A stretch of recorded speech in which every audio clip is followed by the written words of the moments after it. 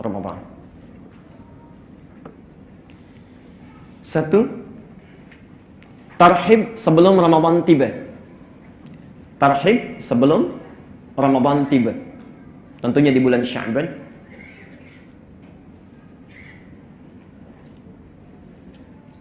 Dan yang kedua, tarhib saat Ramadan tiba. Jadi bagaimana supaya menerima Ramadan saat datang hati kita lapang, ya. Dengan saat Ramadan sudah hadir di tempat kita, kita pun bisa lapang dalam menunaikan segala apapun yang diperintahkan di Ramadan itu, ya. Yang pertama Bapak Ibu sekalian, ini sebetulnya pernah saya sampaikan dalam pembahasan yang lalu, cuma kita ingin menegaskan saja. Yang pertama, Nabi menuntun kita untuk meluaskan hati kita, melapangkan jiwa kita untuk menyambut Ramadan datang dengan satu doa. At-Tirmidzi nomor hadis 3451. Sakallahu khair. At-Tirmidzi nomor hadis 3451. Saya bacakan satu tuntunan saja. Yang belum sempat mendapati doanya, belum mencatat, belum mengamalkan, maka ini peluang terakhir untuk saya catatkan. Mulai besok kita bacakan, karena ini sunnahnya tinggal 2 hari lagi, Selasa dengan Rabu, ya. Anda perbanyak bacaannya, ya. Mintakan kepada Allah, mudah-mudahan dengan membaca itu Allah memberikan taufik kepada kita, bisa tarhib kita, ya. Kita lihat sumbernya di At-Tirmidzi nomor hadis 3451. Saya bacakan cepat, insya Allah kita sudah hafal karena saya sampaikan di berbagai tempat. Allahumma ahillahu alaina rahmukallah bil yumni wal iman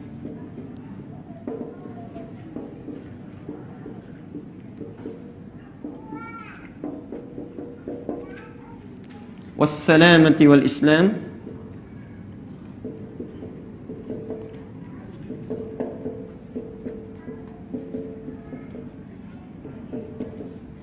Rabbi wa rabbukallah.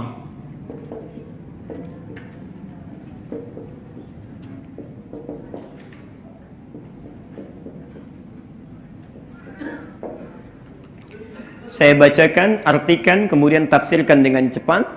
Yang sudah sempat menulis dulu, silahkan dicocokkan lagi tulisannya. Yang belum sempat tahu, maka sekarang terbuka peluang kita untuk berdoa dengan membacakan doa yang dimaksudkan. Ini tuntunan Nabi pada tarhib yang pertama, ya. Ada banyak doa yang sampai kepada kita, bisa populer, riwayatnya juga bisa kuat. Tapi dari sekian doa, ini riwayat yang paling populer, kemudian kuat dari sisi hadisnya, dan paling lengkap redaksinya.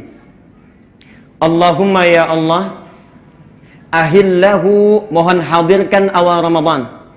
Mohon hadirkan awal Ramadan. Jadi ketika Ramadan datang, ya di awalnya, saat datang kepada kita. Alaina, kepada kami. Ya Allah, mohon hadirkan awal Ramadan kepada kami. Saya tegaskan lagi, kata na di sini, kata ganti, kependekan dari nahnu, yaitu kami. Kalau kami itu sendirian atau banyak? Banyak, karena itu berbentuk jama'. Ini isyarat kepada kita, kalau kita ingin melakukan satu kebaikan sekalipun hanya dengan doa, maka jangan baik sendiri. Sertakan orang lain dalam doa kita. Barangkali ada di sini yang, maaf sekali lagi, orang tuanya belum tahu doa ini, pasangan hidupnya belum tahu, anak-anaknya belum tahu. Saat kita bacakan, ayo sertakan mereka. Karena itu di Quran dan di hadis umumnya doa seringkali menggunakan kata ganti jama'. Nah, Rabbana la tu'akhidna in nasina, Al-Baqarah 286. Rabbana atina fid dunya, Al-Baqarah 201. Rabbana zalamna anfusana wa illam taghfir lana lanakunanna. Kami. Ya, insyaallah. Karena itu Bapak Ibu sekalian, kalau berdoa sertakan orang lain, jangan soleh sendirian. Ya. Apa yang kita minta untuk tarhib, melapangkan jiwa kita itu? Satu, langsung kalimatnya, bil yumni. Ya Allah, mohon hadirkan awal Ramadan kepada kami bil yumni, dengan penuh ketentraman, tenang. Seakan-akan ada isyarat orang datang menghadapi Ramadan hatinya tidak tenang, macam-macam.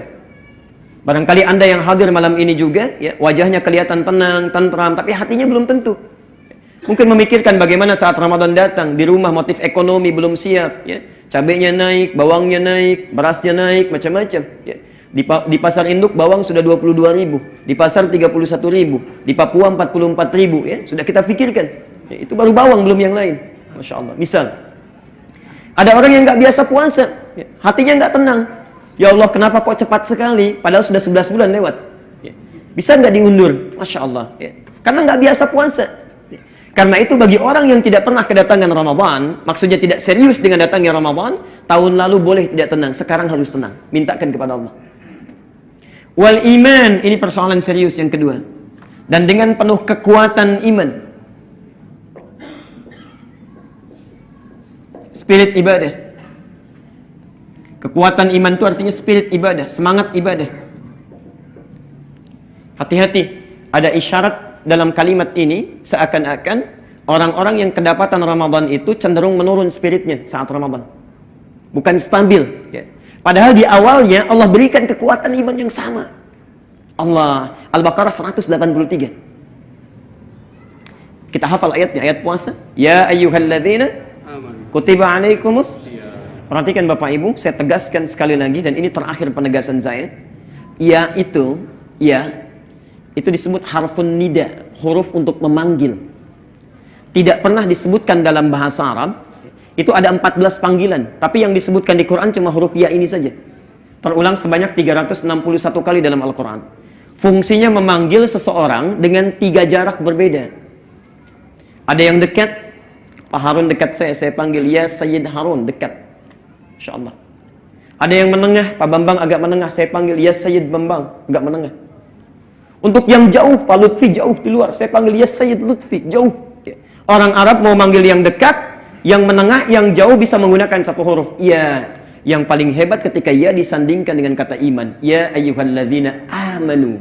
Amanu terulang 255 kali di Quran. Seakan-akan ketika memanggil kita, hei orang-orang Islam yang punya iman, saya tahu iman kalian itu memiliki tahapan-tahapan yang berbeda. Tidak sama tingkatannya. Ada yang kuat imannya sehingga dekat dengan saya. Sebelum Ramadan pun sudah dekat dengan Allah. Insya Allah, saya sering ilustrasikan. Adzan subuh jam 4.35, ini jam 4 sudah bangun dia. Saking dekatnya dengan Allah. Bahkan ada yang jam 3, setengah 3 sudah bangun. Dia tahajud, dia tunggu sampai sahar, dia istighfar kepada Allah, menangisi dosanya. Masya Allah. Padahal barangkali menurut Allah itu sudah dosanya itu sudah hilang, amalnya sudah banyak. Imam At-Tirmidzi banyak meriwayatkan hadis. Saum, Masya Allah, bukan hanya Senin Kamisnya, Ayyamul Bidnya, Saum Daudnya, hafal Quran, hadis banyak. Itu di akhir hidupnya sampai menangisi dirinya sampai buta pak matanya. Buta matanya karena takut ketika pulang kepada Allah bekalnya belum cukup. Anda ada di mana? Orang yang bekalnya sudah banyak luar biasa, hadisnya kita baca sampai hari ini, yang pahalanya mengalir bagi beliau itu di akhir hidupnya sampai menangis buta matanya karena takut kalau pulang masih bawa dosa. Ya, Masya Allah, sekelas At-Tirmidzi, kita ada di mana? Padahal kalau kita berdoa cita-cita kita paling prestisius, surga Firdaus bersama Nabi. Masya Allah. Kita lihat. Ada yang jaraknya menengah. Dipanggil adzan 4.35, bangun 4.35. Diajak ngaji, ayo ngaji. Enggak diajak, enggak. Ya. Kalau mau ke masjid, ke masjid. Kalau tidak, ya tidak. Itu menengah, biasa. Ada yang jauh dari Allah, tipis imannya. Ya, jauh sekali dipanggilnya. Masya Allah. Adzan subuh 4.35, baru bangun jam 5:54. Itu pun belum kepikiran sholat. Ya. Baru kepikiran sholat. Ya. Masya Allah. Baru dipikirkan kemudian. Jauh. Tapi hebatnya Allah panggil dengan satu kata yang sama, tidak dibedakan. Ya ayyuhalladzina amanu. Hei orang Islam selama masih punya iman. Saya tidak peduli mau iman kalian dekat, kuat sehingga dekat dengan saya, atau menengah biasa-biasa saja. Ayo datang puasa. Yang dekat semakin dekat, yang menengah semakin menguat. Dan yang jauh pun kamu mau tobat, datang sini. Kamu tobat saya ampuni, kamu merangkak saya berjalan, kamu berjalan saya berlari. Sini, saya tidak akan bedakan. Masya Allah. Dan hebatnya dipanggil dengan kata alladzina, huruf penyambung konjungsi menunjuk pada orang tanpa batasan. Ismun mausul, tanpa batasan. Terulang sebanyak 1080 kali dalam Al-Quran. Baik itu laki-laki, perempuan, yang tua, yang muda, dewasa, kecil. Bahkan alladzina itu mencakup yang belum balik juga itu. Kalau dalam umumnya kalimat bahasa Arab. Karena itu hebatnya saat Allah memanggil, karena tidak pernah membedakan Malam Kamis nanti kita akan saksikan. Yang nggak pernah ke masjid pun akan ada di masjid. Yang nggak pernah baca Quran pun akan datang dia membawa mushafnya. Dan hebatnya jangankan orang yang sudah balik, anak kecil pun datang. Yang belum balik pun mau ibadah. Itulah sebabnya kalimat yang menggunakan ya ayyuhalladzina amanu. Itu rahasianya. Hanya sayang Bapak Ibu sekalian, sudah diberikan di awalnya kekuatan iman tapi tidak dijaga dengan baik. Sehingga biasanya muncul fenomena yang saya tidak tahu. Saya gagal paham kenapa tiap tahun selalu terjadi. Kenapa tiap tahun selalu terjadi? Pertengahan Ramadan mulai menyusut turun. Yang tadinya penuh sampai ke belakang tiba-tiba maju safnya. 10 hari terakhir, Masya Allah hampir kosong masjid. Orang sibuk dengan mudik, persiapan. Mudik untuk dunia saja semuanya bekal disiapkan. Masya Allah. Motornya kadang-kadang lebih kecil dibandingkan dengan bekalnya. Semua ditumpukan, jadikan satu. Modifikasi semuanya, jalan kita. Masya Allah. Qadar Allah tiba-tiba di jalan kecelakaan, meninggal dunia, bekal nggak cukup sampai pulang. Antum urusan dunia saya sudah disiapkan luar biasa, akhirat sudah sampai mana? Sudah sampai mana? Karena itu kalau kemarin pernah kita sia-siakan, tahun ini jangan lagi. Barangkali ini Ramadan terakhir bagi kita. Apa yang mau kita siapkan? Ya. Karena itu bertakwalah kepada Allah, jadi celaka. Apalagi kalau anak kecil saja sudah ke masjid, ini yang dewasa nggak mau ke masjid. Maka kata Jibril, bu'dun. Dan hati-hati, tadi saya belum katakan. Kata Nabi, amin. Semoga Allah kabulkan itu. Teruskan. 3. Wassalamati. Sehat dan selamat. Sehat dan selamat. Masya Allah. Ada orang semangat ke masjid, tarawih dia, baca Quran luar biasa, bangun lagi di pertengahan malamnya. Allah. Tiba-tiba pertengahan Ramadan, datang ke masjid untuk tarawih, kepleset. Ya. Saat kepleset, berobat ke dokter, kata dokter nggak boleh puasa sampai akhir Ramadan. Anda bacakan sekarang, minta pada Allah, ya Allah, kalau kemarin saya sempat sakit Ramadan, maka mohon sehatkan saya. Berikan saya kekuatan. Tidaklah engkau hadirkan Ramadan kecuali untuk mengampuni dosa saya. Kalau memang ajal saya tiba sampai di akhir Ramadan, berikan bimbing saya, beri kekuatan. Kalau dengan saya memohon saat ini belum juga engkau kabulkan, ya Allah dengan cara apa lagi saya mesti memohon kepadamu? Jangan biarkan engkau, Masya Allah, jangan biarkan engkau cabut nyawa saya dalam keadaan yang buruk, ya Rabbal Alamin. Minta, ayo minta. Menangis dari malam hari, tangisi. Kalau Anda tidak sempat menangis dan tidak mampu menangis, tangisilah diri Anda yang tidak mampu menangis. Kalau Anda tidak mampu menangis, memohon kepada Allah, tangisi diri Anda yang tidak mampu menangis. Mudah-mudahan dengan itu kita mengerti. Ya, Masya Allah. Saya selalu katakan, kalau Anda tidak mampu berlomba dengan orang soleh dalam kebaikan, maka silahkan berlomba dengan para pendosa untuk bertobat dan beristighfar. Pilihannya cuma 2. Kalau Anda tidak mampu berlomba dengan orang soleh dalam kebaikan, silahkan berlomba dengan para pendosa untuk beristighfar dan bertobat. Allah. Yang keempat, wal Islam. Dan dengan kekuatan Islam. Apa bedanya dengan kekuatan iman? Kalau kekuatan iman itu semangatnya, spiritnya. Kalau kekuatan Islam itu ragam ibadahnya. Jenisnya, banyak sedikitnya, kuantitasnya. Karena itu rukun Islam selalu terkait dengan ibadah. Ada berapa rukun Islam? 5. 1, syahadat. Itu ibadah lisan. Kalau orang syahadatnya bagus, kata-katanya lembut. Kalimat thayyibah yang mengalir. Tidak menyakiti orang lain. Tidak tajam lisannya. Itulah syahadat. Yang kedua, sholat. Ibadah ujung rambut sampai ujung kaki. Yang ketiga, zakat, ibadah harta. Yang keempat, puasa, sudah pasti. Kelima, haji, gabungan dari semuanya. Hebatnya saat Ramadan, Allah buka semua peluang ibadah itu. Anda tidak percaya, silahkan. Sebelum Ramadan Anda pulang sekarang, di lampu merah ada yang minta, belum tentu Anda beri. Saat Ramadan yang nggak kelihatan mata pun Anda akan cari-cari. Berapa anak yatim di komplek kita ya, didatang. Padahal sebelum Ramadan nggak kepikiran. Berapa fakir miskin di kampung kita ya, didatang. Padahal sebelum Ramadan tidak pernah disebut-sebut itu. Dibuka peluangnya oleh Allah sebanyak-banyaknya dan dilipat gandakan pahalanya. Karena itu Bapak Ibu sekalian, kalau kemarin ada orang yang cuma tarawih tapi nggak mau baca Quran, ada orang baca Quran nggak mau sedekah, maka tahun ini minta kepada Allah, ya Allah kuatkan saya untuk beramal. Jangan jadikan ada kebaikan selain jadi peluang ibadah untuk saya. Sekalipun cuma memberikan air putih untuk orang buka, mengambil kotoran di masjid, menyimpan di tempatnya, Masya Allah pahala itu. Karena itu ulama hadis paling tidak suka dengan satu hadis palsu yang ditebarkan saat Ramadan. Niyamus shaimi ibadatun, tidurnya orang puasa adalah ibadah. Itu hadis palsu. Ya, karena itu tahun ini jangan dipakai lagi ya. Pak kok tidur? Adik jangan lupa tidurnya orang puasa adalah ibadah. Itu hadis palsu. Karena itu menghapus peluang kita untuk ibadah. Orang baca Quran ini tidak karena tidur. Ya. Orang salat bangun, Masya Allah ini tidak karena tidur. Tidur yang wajar silahkan, tapi kebanyakan tidur itu persoalan. Tapi yang 4 ini tidak akan punya makna kalau tidak ada yang kelima. Perhatikan, Nabi menegaskan, langsung menunjuk pada para sahabat, menghadap. Perhatikan kalimatnya. Rabbi, lakukan semua 4 hal ini karena Tuhanku. Wa rabbuka, dan Tuhanmu juga. Kenapa muncul kalimat yang kedua, wa rabbuka? Ini untuk menepis, ya, mencegah dari sejak awal satu pemahaman kalau nabinya meninggal, Tuhannya bisa beda. Ya. Karena itu baik nabinya ada ataupun tiada, Tuhannya tetap sama. Allah, lakukan karena Allah. Maksudnya 4 hal ini jaga betul, ikhlas, lakukan karena Allah Subhanahu wa ta'ala. Karena ada orang ibadah saat Ramadan motifnya macam-macam. Para imam yang ada di masjid, hati-hati. Para juru dakwah, kadang-kadang kita lupa. Saat kita sholat, orang-orang senang dipuji kita, lalu kita sholat berikutnya, setan masuk pada diri kita. Ya, niatnya sudah berubah, bukan mengimami lagi supaya suara terdengar bagus oleh orang yang mendengar. Ya, supaya kultum kita menarik bagi orang, orientasinya sudah lain. Allah, bertakwalah kepada Allah. Bu, Pak, mohon doakan kami ya. Mohon doakan supaya istiqamah menjaga keikhlasan. Karena orang pertama dihisab itu para ustadz, para ulama, para kiai. Itu yang pertama dihisab. Dan Abu Hurairah ketika menyampaikan hadis ini sampai pingsan 3 kali.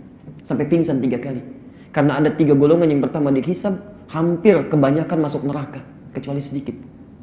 Dan yang pertama kali adalah seorang alim, seorang yang punya ilmu. Ketika dihisab, dia dipanggil oleh Allah. Madza bika, apa yang kau gunakan dengan ilmumu itu? Kata orang ini, laka, untukmu ya Allah. Kata Allah, kadzdzab, bohong kamu itu. Jadi ada kadzibun, ada kadzabun. Kalau kadzib itu orang bohong biasa. Kalau kadzab betul-betul pendusta ini orang. Kadzab, bohong kamu. Sesungguhnya kamu mengajarkan ilmu itu karena ingin liyuqala alim, ingin disebut seorang alim, ingin populer, disebut hebat, ingin banyak jamaahnya, ingin luar biasa dikenalnya. Hati-hati. Hati-hati. Maka itu saya mohon tolong Bu, Pak, doakan. Ya, doakan kalau Bapak Ibu menemukan kekeliruan, cepat ingatkan. Dan jangan fanatis. Nanti ketika keliru susah merubahnya. Ayo ingatkan, berikan kebaikan. Karena manusia itu tempat kesalahan. Ya. Terutama juga seorang ustaz, seorang alim pasti pernah salah. Jadi tolong ingatkan. Ya. Yang kedua, orang kaya yang dermawan saat di dunia. Kelihatannya dermawan. Ditanya oleh Allah, dengan apa harta engkau gunakan ini? Dia katakan, karena Allah.